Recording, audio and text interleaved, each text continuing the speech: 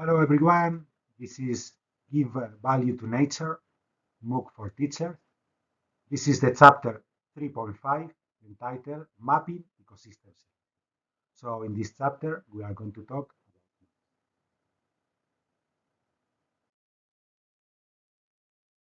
about well, this is a map of Juan de la Cosa. This is the first map of America. And well, as you may know, maps are very powerful tools that show a large amount of information in a visual and a simple way. Maps can help to describe patterns or even to find relationship between variables. Very important. Ecosystem services, which are closely linked to territory, are spatially explicit, which means that the flow of these ecosystem services changes from one point to another, depending on, as we already know, on the ecosystem and their state of conservation, but also, and it's important to remark it, on the existing demand of this natural capital. So mapping ecosystem services, it's a basic tool for implementing ecosystem services based approaches in practice, for instance, in spatial planning or urban planning, for better understand and visualize areas of supply and demand for these ecosystem goods and services, to show trade-offs and synergies between ecosystem services, to analyze spatial congruence or mismatches between supply, flow, and demand of these ecosystem services, to promote environmental education, or even to provide information on interregional flows of ecosystems, goods, and services, which is very important in rural areas. Now, please remember this picture. Environmental assets constitute the stock that provides the flows, the fluxes of ecosystem services. Ecosystem services is a flow from which humans obtain a lot of benefits provided by the ecosystems. And of course, we need to add, in some cases, other types of capitals, human, social, manufactured. And in all cases, we can map these elements. We can map the stock, we can map the fluxes, we can map the benefits. Well, to map these ecosystem services, these environmental assets, if you remember, environmental asset, ecosystem services, benefits from nature. First, we need to map the environmental asset. In this sense, we can make good use from land maps of land uses, for example, Corine. We can use land uses at different scales, sorry, maybe regional, maybe local. But for instance, we can make good use of other types of maps. The first picture, you can see a map of trees in one city, in this case, New York City. And this is also a map of environmental assets, because trees in urban areas provide us with a lot of ecosystem services. So all of these are examples of maps of environmental assets. Well, we have potential maps of environmental assets, but if we want to quantify the flow of ecosystem services, we need not only to identify environmental assets, but also to know or to assess their condition.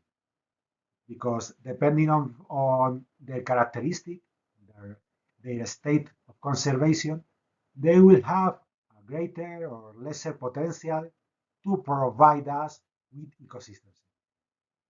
For example, we can start, as we said before, from a land use map, maybe Corine land cover, and for instance, through habitat data,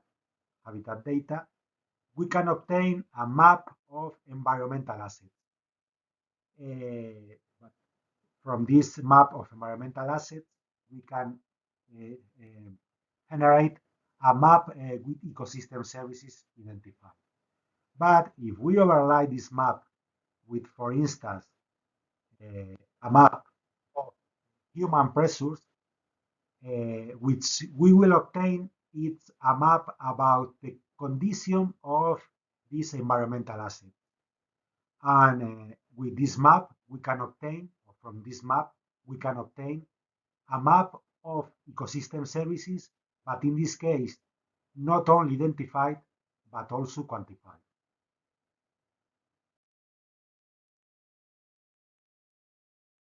Talking about ecosystem services mapping, it's important to highlight that each ecosystem service is mapped in a different way.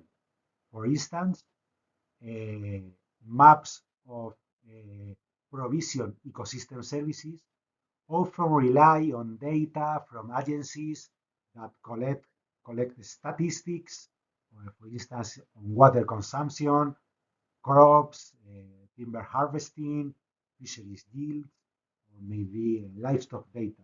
In this way, provision maps are quite simple and easy to obtain. This is not the case for regulation services. Regulation services are often mapped by physical models that try to simulate the underlying ecological processes behind them. For instance, species distribution models, water and air quality models. There are a lot of different biophysical models to map regulation services. And in this case, demand for such services is less frequently mapped because it's conceptually is less well understood. So we work with potential maps, ecosystem services potential map.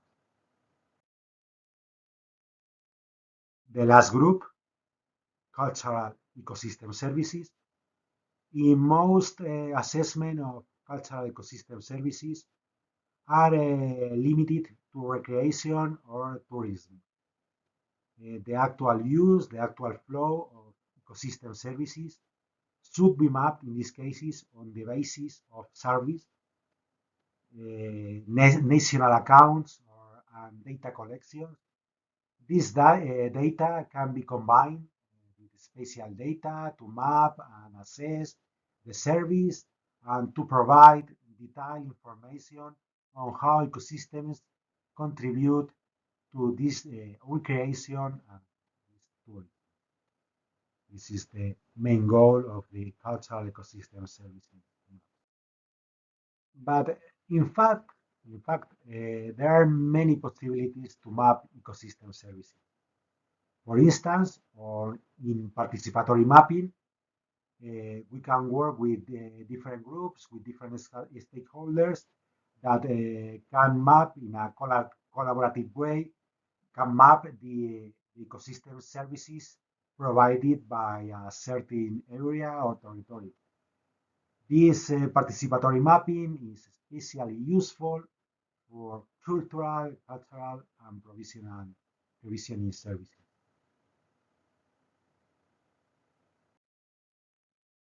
To finish with this chapter, we are going to think about that mapping ecosystem services in each project should be adjusted to different factors.